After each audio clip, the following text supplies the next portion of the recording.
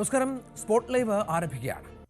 Rahul Mankoottam MLA ഗർഭചിത്രത്തിന് നിർബന്ധിച്ച് സന്ദേശം അയച്ചതാണ് ഇപ്പോൾ FIR-ൽ പോലീസ് രേഖപ്പെടുത്തിയിരിക്കുന്നത്.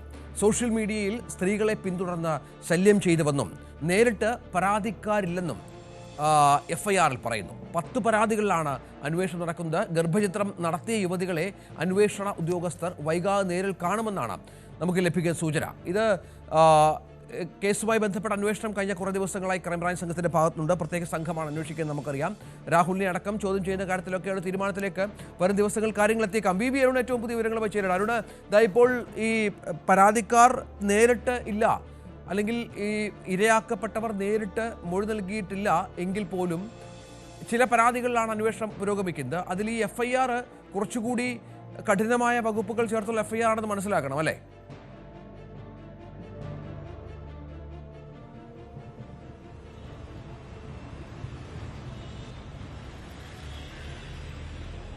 രജിത്ത്, 10 പരാതികളാണ് ക്രൈംബ്രാഞ്ച് അന്വേഷണ സംഘത്തിൽ പോലീസിന് ലഭിച്ചത്. വിവിധ തലങ്ങളിലായി, അത് സംസ്ഥാന പോലീസ് മേധാവിക്ക് മുതൽ മറ്റു വിവിധ ഉദ്യോഗസ്ഥർക്ക്, സിറ്റി പോലീസ് കമ്മീഷൻ അടക്കമുള്ള പല ഉദ്യോഗസ്ഥർക്കായി 10 പരാതികളാണ് പോലീസിന് ലഭിച്ചത്. അതെല്ലാം ചേർത്താണ് ക്രൈംബ്രാഞ്ച് FIR രജിസ്റ്റർ ചെയ്ത് 10 പരാതികളും ഒരുമിച്ച് അന്വേഷിക്കുകയാണ്. ഈ FIR ഒപ്പമുള്ള വിവരങ്ങളിൽ അതെല്ലാം എല്ലാ കേസുകളുമുണ്ട്, എല്ലാ നൽകിയ പരാതിയുമുണ്ട്. 10 പേരുടെ പരാതിയിലും ഒരുമിച്ചാണ് അന്വേഷണം. ആ FIR-ന്റെ വിശദ വിവരങ്ങളാണ് പുറത്തു വന്നിരിക്കുന്നത്. രാഹുൽ മാങ്കൂട്ടത്തിൻ്റെ കേസ് നേരിട്ട് പരാതിക്കാരിൽ, അതായത് ഈ ഇരകളുടെ പരാതി ലഭിച്ചിട്ടില്ല എന്ന് FIR-ൽ വ്യക്തമാക്കുന്നുണ്ട്. 3 കക്ഷികളായാണ് മറ്റുള്ളവരെ ഇതിൽ ചേർത്തിരിക്കുന്നത്.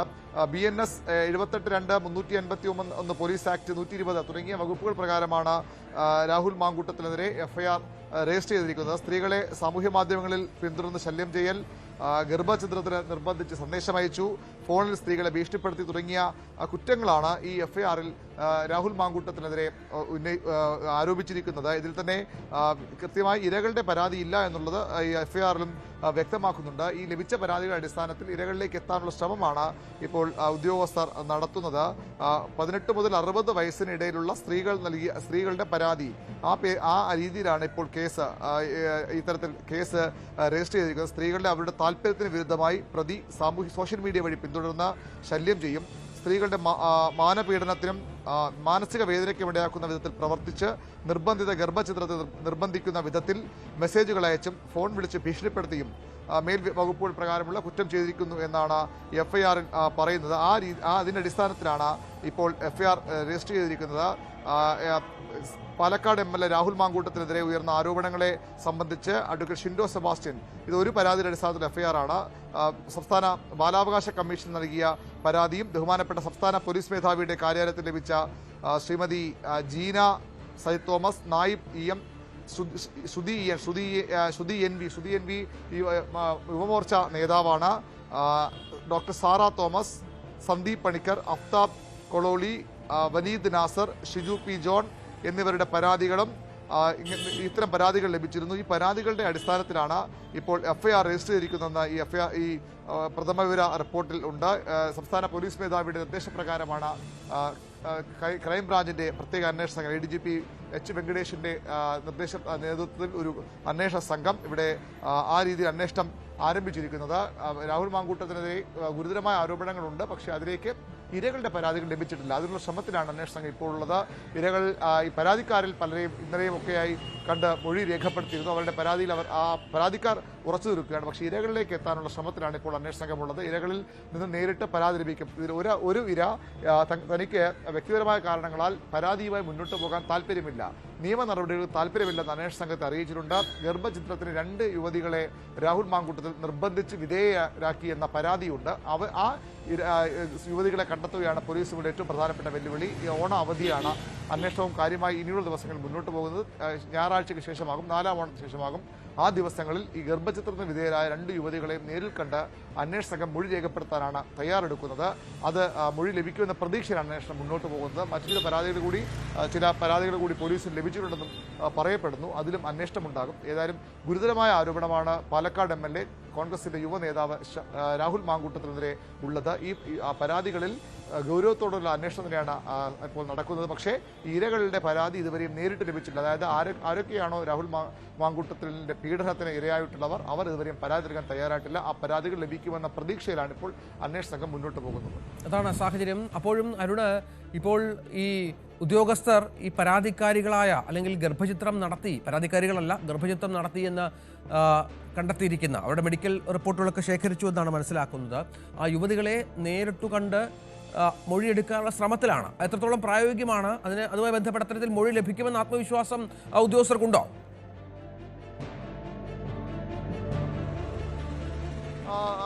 അത്തരം ഒരു പ്രതീക്ഷയിലാണ് ഇപ്പോൾ അന്വേഷണം മുന്നോട്ട് പോകുന്നത്. കാരണം അവർ പലരും രണ്ടുപേരാണ്. ഒരാൾ ഏതായാലും പരാതിയിൽ ഉറച്ചു നിൽക്കുമെന്ന് നേരത്തെ തന്നെ വ്യക്തമാക്കിയിട്ടുണ്ട്.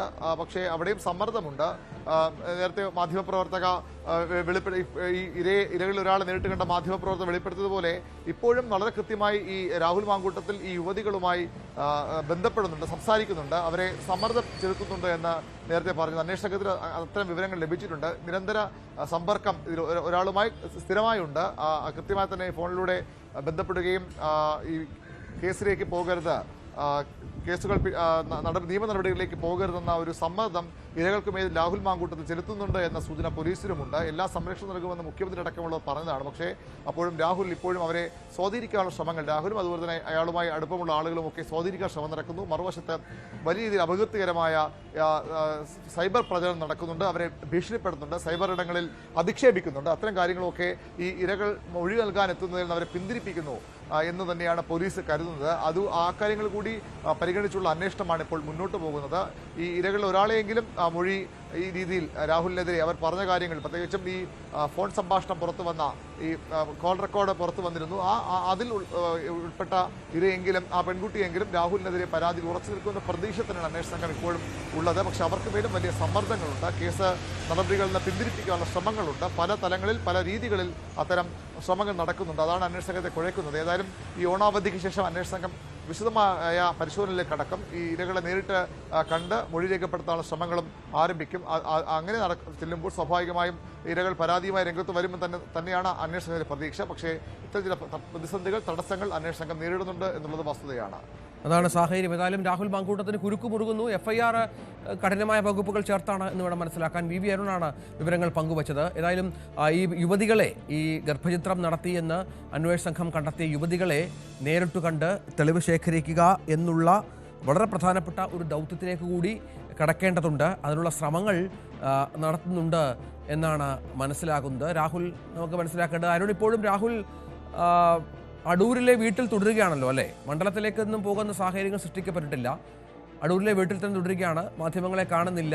ഈ അന്വേഷണത്തിൻ്റെ ഗൗരവവും ചുമത്തിയ വകുപ്പുകളുടെ ഒരു കാഠിന്യമൊക്കെ സ്വാഭാവികമായി നിയമവിദഗ്ധരും മറ്റുമായി അന്വേഷിക്കുന്നൊരു രീതി കൂടി ഉണ്ടാകും രാഹുലിന്.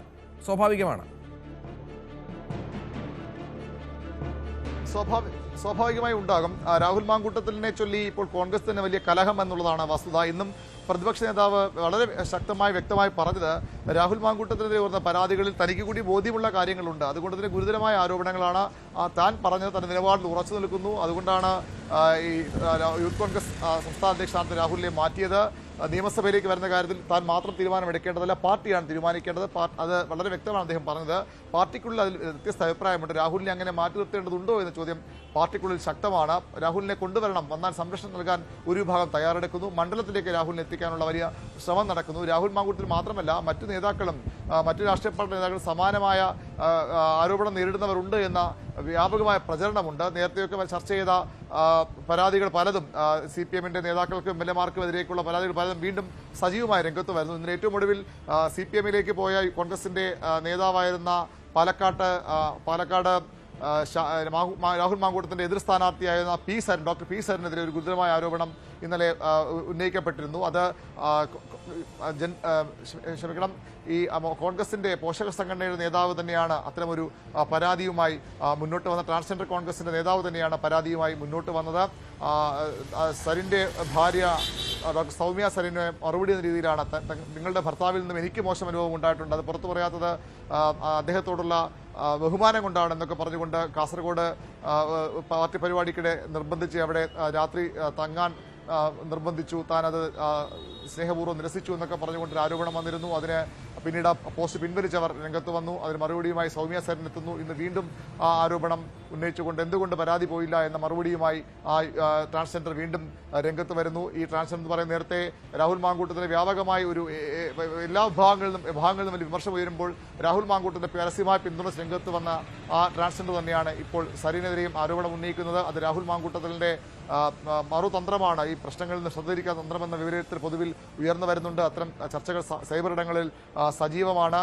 ആ പ്രചരണങ്ങൾക്കെതിരെ നിയമ നടപടി സ്വീകരിക്കുമെന്ന് ഇതിനകം തന്നെ നമ്മോട് സംസാരിക്കുമ്പോൾ ഡോക്ടർ പി സരിൻ വ്യക്തമാക്കിയിട്ടുണ്ട്. അങ്ങനെ രാഹുലിന് വേണ്ടിയുള്ള പ്രചരണങ്ങളും സജീവമാണ്. പാർട്ടിക്ക് പുറത്തും സൈബർ ഇടങ്ങളിലും പാർട്ടിക്കുള്ളിലുമൊക്കെ ആ രീതിയിലുള്ള വ്യാപകമായ പ്രചരണവും ക്യാമ്പയിനിങ്ങും രാഹുൽ മാങ്കൂട്ടത്തിന് വേണ്ടിയുണ്ട്. UDF കൺവീനർ അടക്കമുള്ള നേതാക്കൾ രാഹുൽ മാങ്കൂട്ടത്തിനെ പരസ്യമായി പിന്തുണച്ച് രംഗത്ത് വരുന്നു. പാർട്ടിയുടെ വനിതാ നേതാക്കൾ പലരും രാഹുലിനെതിരെ ശക്തമായ നിലപാടെടുക്കുമ്പോഴും അങ്ങനെയല്ല, ഒരു വിഭാഗം നേതാക്കൾ രാഹുലിന് നീതി ലഭിച്ചിട്ടില്ല എന്ന നിലപാട് ഉയർത്തുന്നുണ്ട്. പ്രതിപക്ഷ നേതാവിനെതിരെ അതൊരു നീക്കമായി മാറുന്നുണ്ട്. ഏതായാലും സമയക്കുറവുണ്ട്, ഇടപെടുകയാണ്. ഇത്തരം കാര്യങ്ങളിലൊക്കെ കൃത്യമായ അന്വേഷണത്തിലേക്ക് എത്തുന്നു എന്നുള്ളതാണ് ഏറ്റവും പ്രധാനപ്പെട്ട കാര്യം. VV അരുണാണ് വിവരങ്ങൾ പങ്കുവച്ചത്. മറ്റൊരു വാർത്തയിലേക്ക് കൂടി പോകണം. ഇന്നലെയാണ് തൃശൂർ കുന്നംകുളത്ത് പോലീസ് സ്റ്റേഷനിൽ യൂത്ത് കോൺഗ്രസ് മണ്ഡലം പ്രസിഡന്റ് സുജിത്തിന്റെ ക്രൂരമർദ്ദനത്തിന്റെ ദൃശ്യങ്ങൾ പുറത്തു വന്നത്. ഈ സംഭവത്തിൽ കൂടുതൽ വിവരങ്ങൾ ഇപ്പോൾ പുറത്തു വന്നിരിക്കുകയാണ്. കസ്റ്റഡിയിലെ മർദ്ദനം ഒതുക്കാൻ പിന്നീട് പോലീസ് പണം വാഗ്ദാനം ചെയ്തുവെന്നാണ് സുജിത്തിന്റെ വെളിപ്പെടുത്തൽ. പണം വാഗ്ദാനം ചെയ്തപ്പോൾ നിയമവഴിയിൽ കാണാമെന്ന് പറഞ്ഞതോടെ ഉദ്യോഗസ്ഥർ പിന്തിരിഞ്ഞു. ഏതാണ്ട് 20 ലക്ഷം രൂപ വരെയൊക്കെ വാഗ്ദാനം ചെയ്തു. ഒപ്പം സംഭവത്തിലെ പോലീസുകാർക്ക് നടപടി ആവശ്യപ്പെട്ട പ്രതിഷേധം കടുപ്പിക്കാനും കോൺഗ്രസ് തീരുമാനിച്ചിട്ടുണ്ട്. പോലീസുകാരെ സർവീസിൽ നിന്ന് നീക്കണമെന്നും അല്ലെങ്കിൽ ഏതറ്റം വരെയും പോകുമെന്നുമാണ് പ്രതിപക്ഷ നേതാവിന്റെ മുന്നറിയിപ്പ്. പോലീസ് ക്രൂരമായിട്ടുള്ള മർദ്ദനമുറയാണ് അയച്ചു. കേരളം ഞെട്ടിക്കുന്ന ഒരു കസ്റ്റഡിയിൽ നടക്കുന്ന ഒരു പീഡനമാണ് നടന്നിരിക്കുന്നത്. അടിയന്തരമായി ഇതുമായി ബന്ധപ്പെട്ട് നടപടികൾ സ്വീകരിക്കണം എന്ന് ഞങ്ങൾ ആവശ്യപ്പെടുന്നു. അടിയന്തരമായി ഇവരെ സർവീസിൽ നിന്ന് പുറത്താക്കണം എന്നാണ് ഞങ്ങളുടെ ഡിമാൻഡ്. സർവീസിൽ നിന്ന് പുറത്താക്കണം. ഇത്തരക്കാരെ സർവീസിൽ വെച്ചു പൊറിപ്പിക്കാൻ പാടില്ല എന്നാണ് നിലപാട്. ഇതൊരു പുതിയ കാലത്താണ് ഒരു ചെറുപ്പക്കാരോട് ഇത്രമാത്രം ക്രൂരമായിട്ട് പെരുമാറിയിരിക്കുന്നത്. കാരണം എന്താണെന്ന് ചോദിച്ചാൽ പോലും അവർക്ക് അറിയില്ല. നിസ്സാരമായ ഒരു കാരണത്തിൻ്റെ പുറത്താണ്. അത് തയ്യാറായില്ലെങ്കിൽ ഞങ്ങൾ അത് വളരെ ഗൗരവത്തോടു ഞാൻ പറയുന്നില്ല ഇപ്പം എന്താ ചെയ്യാൻ പോകുന്നത്, ഏത് എക്സ്ട്രീമിലേക്കും പോകും. കോൺഗ്രസ് എന്നുള്ള നിലയിൽ സാധാരണ ചെയ്യാത്ത എക്സ്ട്രീമിലേക്ക് ഞങ്ങൾ പോകും. മർദ്ദനത്തിന് നേതൃത്വം നൽകിയ SI നുഹ്മാന്റെ മലപ്പുറത്തെ വീട്ടിലേക്ക് യൂത്ത് കോൺഗ്രസ് പ്രവർത്തകർ മാർച്ച് നടത്തി. പോലീസ് പ്രവർത്തകരുമായി ഉന്തും തള്ളും ഉണ്ടായി. ലാത്തി വീശിയാണ് പോലീസ് പ്രവർത്തകരെ പിന്തിരിപ്പിച്ചത്.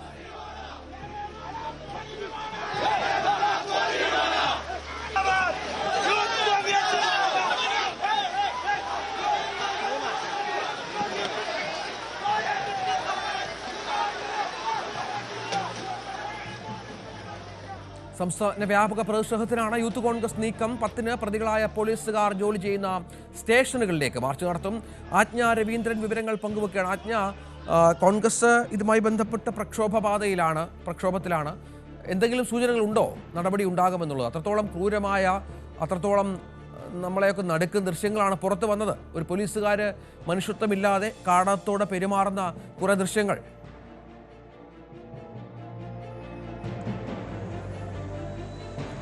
രഞ്ജിത്ത്, ക്രൈം ബ്യൂറോയുടെ റെക്കോർഡ്സ് ബ്യൂറോയുടെ റിപ്പോർട്ട് അനുസരിച്ചിട്ട് വലിയ ക്രൂരമായ, അതായത് 3-ാം മുറ തന്നെയാണ് ഈ പോലീസുകാർ അഴിച്ചുവിട്ടത് എന്നുള്ള കാര്യമാണ് വ്യക്തമാകുന്നത്. അതേസമയം 2023 ഏപ്രിൽ 5-ന് നടന്ന സംഭവത്തിന്റെ ദൃശ്യങ്ങൾ വിവരാവകാശ വഴി 2.5 വർഷത്തെ പോരാട്ടത്തിന് ശേഷമാണ് VS എടുത്ത് സ്വന്തമാക്കുന്നതും ആ ദൃശ്യങ്ങളാണ് ഇപ്പോൾ നമ്മൾ കണ്ട് ഞെട്ടുന്നതുമായിട്ടുള്ള സാഹചര്യം ഉണ്ടായത്. ഈ മർദ്ദനം നടന്ന കാലഘട്ടത്തിൽ പോലും 3 വർഷത്തേക്ക് അവരുടെ പ്രൊമോഷൻ തടയുകയും 2 വർഷത്തെ ഇൻക്രിമെന്റ് തടയുകയും മാത്രമാണ് ചെയ്തിട്ടുള്ളത്. മിനിമം ഒരു സസ്പെൻഷനിലേക്ക് പോലും പോയിട്ടില്ല എന്നുള്ള വലിയ പരാതിയുണ്ട്.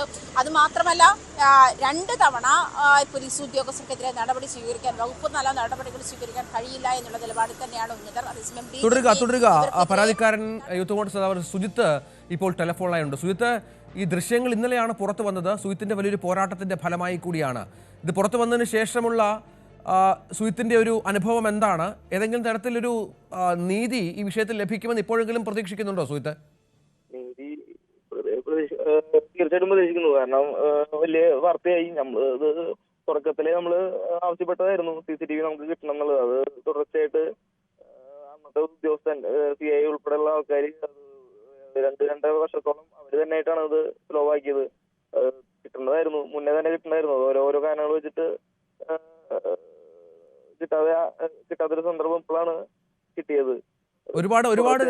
ഒരുപാട് ശ്രമങ്ങൾ നടത്തിയല്ലേ സുഹിത്ത്? പിന്നെന്താ, കേസ് നടന്നിട്ട് മൂന്നാഴ്ച നമ്മൾക്ക് ഞങ്ങള് CCTV നഷ്ടപ്പെടും എന്നുള്ളൊരു ധാരണ അവരായിട്ടുണ്ടായിരുന്നു ഞങ്ങൾക്ക്.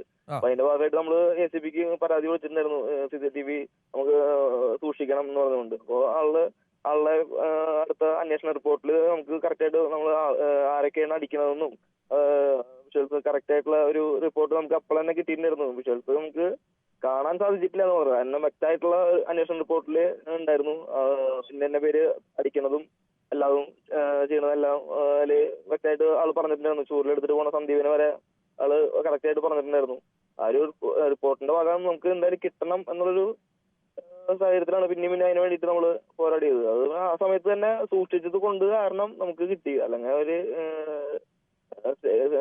സംസ്ഥാനത്തെ എല്ലാ CCTV വിഷ്വൽസ് പോയി എന്നൊരു ന്യായം പറഞ്ഞിട്ടുണ്ടായിരുന്നു. അതുപോലെ പോയി എന്ന് കണക്ക് കൂട്ടിയാൽ മതിയായിരുന്നു. വിഷ്വൽസ് സൂക്ഷിച്ച കാരണം അങ്ങനെ നമുക്ക് കിട്ടി. സുഹിത്ത്, അതിനുശേഷം ഇവരുടെ ഒരു നിലപാട് എന്തായിരുന്നു? ചില വാഗ്ദാനങ്ങളൊക്കെ സുഹിത്തിന് ലഭിച്ചു എന്നാണ് നമുക്ക് മനസ്സിലാക്കുന്നത്. വാഗ്ദാനങ്ങൾ തുടക്കത്തിലെ ഉണ്ടായിരുന്നു. സെറ്റിൽമെന്റിന് തയ്യാറാണെങ്കിൽ നമ്മൾ പറയുന്ന ഡിമാൻഡ് അനുസരിച്ചിട്ട് ഒരു സെറ്റിൽമെന്റ് എനിക്ക് അവിടെ മുന്നേയും ഇതുപോലെ സ്റ്റേഷനിൽ ഒരു പ്രവർത്തകനെ അതുപോലെ മർദ്ദനം ഉണ്ടായിട്ടുണ്ട്. അത് സെറ്റിൽമെന്റ് അന്നത്തെ ഒരു CI ആയിരുന്ന ഉദ്യോഗസ്ഥൻ അത് തീർപ്പാക്കിയതാണ്. അപ്പോ അതുപോലെ വാഗ്ദാനം ചെയ്തത് സുഹിത്തിന്? വാഗ്ദാനം ചെയ്തത് അന്നത്തെ ഒരു സെറ്റിൽമെന്റിന്റെ ആയിരുന്നു 10 ലക്ഷം രൂപയായിരുന്നു. അതിന്റെ ഇരട്ടിയിലാണ് നമ്മളെടുത്ത് പറഞ്ഞത്. അതല്ലെങ്കിൽ നമ്മൾ പറയുന്ന രീതിയിലുള്ള ഒരു ഫണ്ട് പറയുകയാണെങ്കിൽ അത് അഡ്ജസ്റ്റ് സെറ്റിൽമെന്റ് അവർ തയ്യാറാവുന്ന പറഞ്ഞിട്ടുണ്ടായിരുന്നത്. നമ്മൾ തയ്യാറായില്ല. നമ്മള് CCTV ആരാ വിളിച്ച സുഹിത്തിനെ? അത് എന്നെ നേരിട്ടിട്ടില്ല. നമ്മുടെ സീനിയർ ആയിട്ടുള്ള നമ്മുടെ ഒരു അവിടുത്തെ ബ്ലോക്ക് വൈസ് പ്രസിഡന്റ് ഉണ്ട്, വർഗീസേട്ടനായിട്ട് വിളിച്ചിട്ടുണ്ടായിരുന്നു. വർഗീസേട്ടനെ പോലീസുകാർ വിളിച്ചു അല്ലേ? അതെ. അപ്പൊ അവർക്ക് ഈ സംഭവം നടന്നതിന് ശേഷം അബദ്ധമായി പോയെന്നും ഈ വിഷയത്തിന്റെ ഒരു കാഠിന്യം സുഹിത്ത് വിടാൻ താല്പര്യമില്ല എന്നൊക്കെ മനസ്സിലായി കാണും അല്ലേ? മനസ്സിലാക്കി. എന്നിട്ട് അല്ല ഇപ്പൊ അങ്ങനെ തുടർന്നുകൊണ്ടിരിക്കുന്നത്. നമ്മളിപ്പോ ഇത് KPCC അധ്യക്ഷൻ എന്ന് തൃശ്ശൂർ വന്നിട്ടുണ്ടായിരുന്നു. അതിന്റെ തീർച്ചയായിട്ടും അതിന്റെ ഉന്നത തലം ഇനി കേസിന്റെ പരമാവധി കാര്യങ്ങൾ നോക്കാൻ പറഞ്ഞിട്ടുണ്ട്. അതായത് 10 ലക്ഷം മുതൽ വേണമെങ്കിൽ 20 ലക്ഷം രൂപ വരെയൊക്കെ ലഭിച്ചേനെ അല്ലേ സെറ്റിൽമെന്റ് തയ്യാറായിരുന്നെങ്കിൽ? 20 ലക്ഷം രൂപ വരെ ഒന്നല്ല, 20 ലക്ഷത്തിന് മേലെ നമ്മൾ ഡിമാൻഡ് ചെയ്യാൻ അതിന് അവർ തയ്യാറായിരുന്നു സെറ്റിൽമെന്റിന്. അതിനുശേഷം ഈ സുഹിത്ത് ഈ പോലീസ് ഉദ്യോഗസ്ഥരെ ഒരുപാട് പേരെ സമീപിച്ചിരുന്നല്ലോ. ഇവർ മാത്രമല്ല, ഉന്നത ഉദ്യോഗസ്ഥരെയൊക്കെ ആരെങ്കിലും ഒന്ന് നമുക്ക് അനുകൂലമായി നിൽക്കുന്നവരൊക്കെ ഉണ്ടായിരുന്നോ? അനുകൂലമായിട്ട് നിന്നത് കോടതി മാത്രമാണ്. കോടതിയാണ് വ്യക്തമായിട്ടുള്ള തുടക്കം മുതലേ ഞാൻ മദ്യപിച്ചിട്ടില്ല എന്നുള്ളൊരു അപ്പൊ തന്നെ എന്നെ റിമാൻഡ് ചെയ്യാൻ കൊണ്ടുപോയായിരുന്നു ചാവക്കാട് മജിസ്ട്രേറ്റിന്റെ അടുത്ത്. മജിസ്ട്രേറ്റ് ഞാൻ മദ്യപിച്ചിട്ടില്ല എന്നുള്ള മെഡിക്കൽ റിപ്പോർട്ടിൽ കണ്ടുകൊണ്ട് അതുപോലെ ഞാനൊരു പൊതുപ്രവർത്തനാണെന്ന് മനസ്സിലാക്കിക്കൊണ്ടും എനിക്ക് സമയമില്ല. പിന്നെ അതുപോലെ എന്റെ ശാരീരിക അവസ്ഥ മോശമായതുകൊണ്ടാണ്, അന്നത്തെ ശാരീരിക അവസ്ഥ വളരെ മോശമായതുകൊണ്ടാണ് എനിക്കന്ന് കോടതി ജാമ്യം എന്നെ റിമാൻഡ് ചെയ്യാൻ കൊണ്ടുപോയ ദിവസം തന്നെ എനിക്ക് കിട്ടാൻ കാരണം. കോടതിയിൽ നമുക്ക് വിശ്വാസമുണ്ട്, പക്ഷേ പോലീസിന് നമുക്ക് ഒരു കാരണത്തിനും വിശ്വാസമില്ല. അതായത് ഒരു പോലീസ് ഡിപ്പാർട്ട്മെന്റിലെ ഒരു ഉദ്യോഗസ്ഥനും സുഹിത്തിന് നീതി നൽകിയില്ല എന്നുള്ളതാണ്. ഇവരെ സംരക്ഷിക്കാൻ ശ്രമിക്കുകയായിരുന്നു എന്നുള്ളതാണ്. അതെ തീർച്ചയായിട്ടും കോടതിയിൽ വിശ്വാസമുണ്ട്, പോലീസിനെ നമുക്ക് വിശ്വാസമില്ല. ഈ ഉദ്യോഗസ്ഥർ ആരെങ്കിലും ഈ സുഹിത്തിനെ മർദ്ദിച്ച 4 പേരാണല്ലോ, അവരാരെങ്കിലും പിന്നീട് സുഹിത്തിനെ ഫോണിൽ വിളിക്കാൻ മറ്റോ ചെയ്തോ? 4 പേരല്ല, 5 പേര്. ഒരു ഷുഹൈറെന്നൊരു ഡ്രൈവറുണ്ടായിരുന്നു. ആള് CCTV വിഷ്വൽസ് ഉള്ളടത്ത് ക്യാമറ ഉള്ളടത്ത് വെച്ചിട്ട് തല്ലിയിട്ടില്ല. അതുപോലെ ശശിധരനും CCTV ഉള്ള ഫോട്ടോന്റെ അടുത്ത് വെച്ചിട്ട് തല്ലിയിട്ടില്ല. അങ്ങനെ തല്ലിയത് ഒരു മേലെ കൊണ്ടിട്ടാണ് ലാത്തി കൊണ്ട് കാലിന്റെ അടിയിലേക്ക് അടിച്ചുകൊണ്ടാണ് ഈ 2 പേര് മാറി നിന്നിട്ട് അടിച്ചിട്ടാണ് എന്നെ വർദ്ധിച്ചിട്ടുള്ളത്. ഇവരാരെങ്കിലും പിന്നീട് സുഹിത്തിനെ ഫോണിൽ വിളിച്ചോ? ഇല്ല. എന്നായിട്ട് യാതൊരു വിധ കോണ്ടാക്ട് ഇല്ല. എന്നായിട്ട് വർഗീസേട്ടൻ മുഖാന്തരമാണ് ഓരോ ഉന്നതതല ഉദ്യോഗസ്ഥന്മാരായിട്ട് വിളിച്ചിട്ട് കോംപ്രമൈസിന് തയ്യാറാവുക എന്നുള്ള സെറ്റിൽമെന്റ് ഒക്കെ വെച്ചിട്ടുണ്ടായിരുന്നു. എന്നെ ഡയറക്റ്റ് വിളിച്ചിട്ടില്ല ഇതുവരെ. ആരും വിളിച്ചില്ല. ഈ കോംപ്രമൈസ് ഈ വർഗീസേട്ടനുമായിട്ട് ഇവർ സംസാരിക്കുകയും സുഹിത്തിനോട് സംസാരിക്കണമെന്ന് പറയുകയുമായിരുന്നു. അപ്പോഴാണ് 10 ലക്ഷം രൂപ വാഗ്ദാനം ചെയ്തത് അല്ലേ? 10 അതിൽ കൂടുതൽ നിങ്ങൾ പറയുന്ന എത്രയാണെങ്കിലും തരാൻ അവർ തയ്യാറായിരുന്നു. ഈ റവന്യൂ മറ്റേ ചില ആളുകളെ കൂടി പ്രതിയേർക്കണമെന്ന ആവശ്യം കൂടി സുഹിത്തിനുണ്ടല്ലോ, പോലീസ് ഉദ്യോഗസ്ഥരെ മാത്രമല്ല അല്ലേ? അതെ. അന്ന് പോലീസ് ഉദ്യോഗസ്ഥനായിരുന്ന ഒരാൾ കൂടിയുണ്ട്. അതെ അതെ അതെ, ഷുഹൈർ ഡ്രൈവറായിരുന്ന ഷുഹൈർ. ആളിപ്പോ പഴയന്നൂര് ബ്ലോക്ക് പഞ്ചായത്തില് എന്തോ ഒരു സ്റ്റാഫാണ്, വില്ലേജിലെ ഒരു സ്റ്റാഫാണ്. പറഞ്ഞോളൂ. അല്ല അല്ല, ഈ ദൃശ്യങ്ങളൊക്കെ പുറത്തു വന്നതിന് ശേഷം പൊതുസമൂഹത്തിൽ നിന്ന് സുഹൃത്തിൽ ലഭിക്കുന്ന ഒരു പ്രതികരണം എന്താണ്? നല്ല പോസിറ്റീവാണല്ലോ, എല്ലാവരും നല്ല പോസിറ്റീവാണ്. ഒരു കമന്റ് പോലും ബാഡ് ഇല്ല. എല്ലാവരും പോലീസിനെ നല്ല വ്യക്തമായിട്ടുള്ള പ്രതിഷേധം അറിയിക്കുന്നുണ്ട്, പറയുന്നുണ്ട്. ഒരുപാട് പേര് വിളിക്കുന്നുണ്ട്. എല്ലാവരും ഒരു മൈനസ് പോലും ഞാൻ ഇതിൽ കണ്ടിട്ടില്ല. എന്റെ നാട്ടില് ഡിവൈഫൈ ആ സമയത്ത് എന്നെ എതിരെ പറഞ്ഞ ആൾക്കാർ വരെ എനിക്ക് അനുകൂലമായിട്ട് പോസ്റ്റ് ഇട്ടിട്ടുണ്ട്. അതുപോലെ BJP പാർട്ടി നോക്കണം, രാഷ്ട്രീയം നോക്കാതെ തന്നെ എല്ലാവരും നല്ല രീതിയിൽ സപ്പോർട്ട് ഉണ്ട്. അതിനാണ് നമ്മുടെ ആവശ്യം. അത് നമ്മള് തുടക്കത്തിൽ നമുക്ക് ധാരണ ഉണ്ടായിരുന്നു നമ്മള് നടത്തുന്ന മൂവ്മെന്റ് അത് നല്ല രീതിക്ക് അവസാനിക്കുന്നുള്ളത്. അവസാനിച്ചിട്ടില്ല, അത് തുടർന്നുകൊണ്ടിരിക്കുകയാണ്. ഈ പാർട്ടിയുടെ പിന്തുണ പൂർണ്ണമായും സുഹൃത്തിനുണ്ടല്ലോ അല്ലേ? തീർച്ചയായിട്ടും പാർട്ടി തന്നെയാണ് തുടക്കം മുതലും. ഞങ്ങൾ ചെറുതിൽ നിന്നും തുടങ്ങി വലുതിലേക്ക് ഒന്നും അവസാനിക്കില്ല. വലുതിന്റെ ഒരു ശക്തി കൂടിയിട്ട് ഇതിന്റെ ഭാഗമായി എന്ന് പറയാം. ആരോഗ്യസ്ഥിതി എങ്ങനെയുണ്ട് സുഹൃത്ത്? ആരോഗ്യസ്ഥിതി കുഴപ്പമില്ല. ചെവിക്ക് ഒരു ബുദ്ധിമുട്ടൊക്കെ ഉണ്ടായിരുന്നു 2 മാസമൊക്കെ ആ സമയത്ത്. പിന്നീട് കുറച്ചുകൂടെ ഭേദമായിട്ട് വരുന്നു. ചെവിക്കൊക്കെ പ്രശ്നം ഉണ്ടായിരുന്നല്ലേ? അതെ അതെ അതെ, കേൾവിശക്തിയെ ബാധിച്ചു അല്ലേ? അതെ അതെ അതെ അതെ. പിന്നെ ദീർഘകാലം ചികിത്സയിലൊക്കെ ആയിരുന്നോ? 2 മാസം ചികിത്സയിലായിരുന്നു. ആ സമയത്തും ഈ പറഞ്ഞ പോലെ എന്തെങ്കിലും ഒരു സാമ്പത്തിക സഹായമോ അല്ലെങ്കിൽ ഈ ചികിത്സാ ചെലവോ ഒന്നും ഏറ്റെടുക്കാൻ നിങ്ങൾ തയ്യാറായില്ല? ഇല്ല, ആ സമയത്ത് പെട്ടെന്നൊന്നും ചോദിക്കില്ലല്ലോ, കാരണം നമ്മൾ ഇത്ര പ്രഷറിലല്ലേ. അപ്പോ അതിന്റെ ശേഷമൊക്കെയാണ് കോടതി പ്രൈവറ്റ് കംപ്ലൈന്റ് തുടങ്ങി ഒരു 6 മാസത്തിന് ശേഷം അതിനുള്ളിലേക്കായിട്ടാണ് സെറ്റിൽമെന്റിനൊക്കെ സംസാരിച്ച് തുടങ്ങിയത്. അതിനുശേഷം ഈ പറഞ്ഞതുപോലെ ഈ സംഭവം ഉണ്ടായി ഇത്രയും നാൾ കഴിഞ്ഞു. സുഹിത്തിന് ഒരു ആത്മവിശ്വാസം എന്തായിരുന്നു? എന്തെങ്കിലും ഇതിന്റെ സത്യാവസ്ഥ പുറത്തു വരുമെന്നുള്ള ഒരു ആത്മവിശ്വാസം എങ്ങനെയാണ് വന്നത്?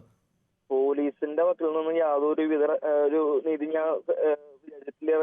എനിക്ക് ഉറപ്പുണ്ടായിരുന്നു. പക്ഷെ നമ്മൾ കോടതിയിൽ വിശ്വസിച്ചിട്ടുണ്ടായിരുന്നു. അതായത് എന്റെ ലീഡറായിട്ടുള്ള വർഗീസായിരുന്നു കോടതിയിൽ വിശ്വസിച്ചിട്ടുണ്ടായിരുന്നു. കോടതിയിൽ നിന്നുള്ള എല്ലാ രീതിയിലുള്ള സപ്പോർട്ട് നമുക്ക് കിട്ടുന്നതായിട്ടുണ്ട്. അപ്പോ കോടതി എന്ന് പറയണത് എന്താ പറയാ, സത്യം തെളിയിക്കുന്ന ഒരു നയമോശമുള്ള കാരണം നമ്മൾ വിശ്വസിച്ചു. പക്ഷെ പോലീസിനെ നമുക്ക് ഒരു കാരണവശാലും വിശ്വസിക്കാൻ ഇപ്പോഴും തയ്യാറല്ല. KPCC അധ്യക്ഷൻ വന്ന് കണ്ടോ സുഹിത്തിനെ? തീർച്ചയായും ഞങ്ങളിപ്പോ DCC വന്നോണ്ടിരിക്കുക, വീട്ടിലേക്ക് നാട്ടിലേക്ക് വന്നോണ്ടിരിക്കുക. അങ്ങോട്ട് വരിക അല്ലേ? അതെ അതെ അതെ. ഫോണിൽ സംസാരിച്ചോ? ഫോണിലല്ല, ആള് ഡയറക്റ്റ് DCC ഓഫീസിലേക്ക് വന്നിട്ടുണ്ടായിരുന്നു. ബൈറ്റ് കൊടുത്തിട്ടുണ്ടല്ലോ. DCC ഓഫീസിൽ ഞങ്ങൾ ഒരുമിച്ചുണ്ടായിരുന്നു. ശരി. അപ്പൊ ഇനിയിപ്പോ നിയമ പോരാട്ടം ഇവരെ പുറത്താക്കുന്നത് വരെ തുടരും? യെസ്. DCC അധ്യക്ഷ KPCC അധ്യക്ഷൻ പറഞ്ഞിട്ടുണ്ട് എല്ലാ സ്റ്റേഷനിലേക്കും 10-ാം തീയതി ഉപരോധമുണ്ട്. പിന്നെ കുന്നോളത്ത് മാത്രമായിട്ട് ഒരു പ്രോഗ്രാം അവര് അറേഞ്ച് ചെയ്യുന്നുണ്ട്, പ്രതിഷേധ സംഗമം എന്നുള്ള രീതിയിൽ. ശരി സുഹിത്ത്, ശരി. ഇത് നമ്മൾ ഒരിക്കലും അംഗീകരിക്കാനാവുന്ന ദൃശ്യങ്ങളും കാര്യങ്ങളൊന്നും അല്ല. ഞങ്ങളുടെയും പിന്തുണ സുഹിത്തിനുണ്ട്, യാതൊരു സംശയമില്ല. പോലീസുകാരുടെ കാടത്തം ഒരു മനുഷ്യരാണോ എന്ന് പോലും നമുക്ക് തോന്നിപ്പോകും. ഒരു മനുഷ്യനെ ഇത്രത്തോളം ക്രൂരമായി വർദ്ധിക്കാൻ മനസ്സുള്ളവർ അവർ മനുഷ്യരല്ല, സർവീസിൽ തുടരാൻ അർഹരുമല്ല. സുഹിത്താണ് നേരിട്ട് നമ്മളോട് ഈ വിഷയം സംസാരിച്ചത്. ഏതായാലും ഇപ്പോൾ സ്പോട്ട് ലൈവ് പൂർണ്ണമാവുകയാണ്. നമസ്കാരം.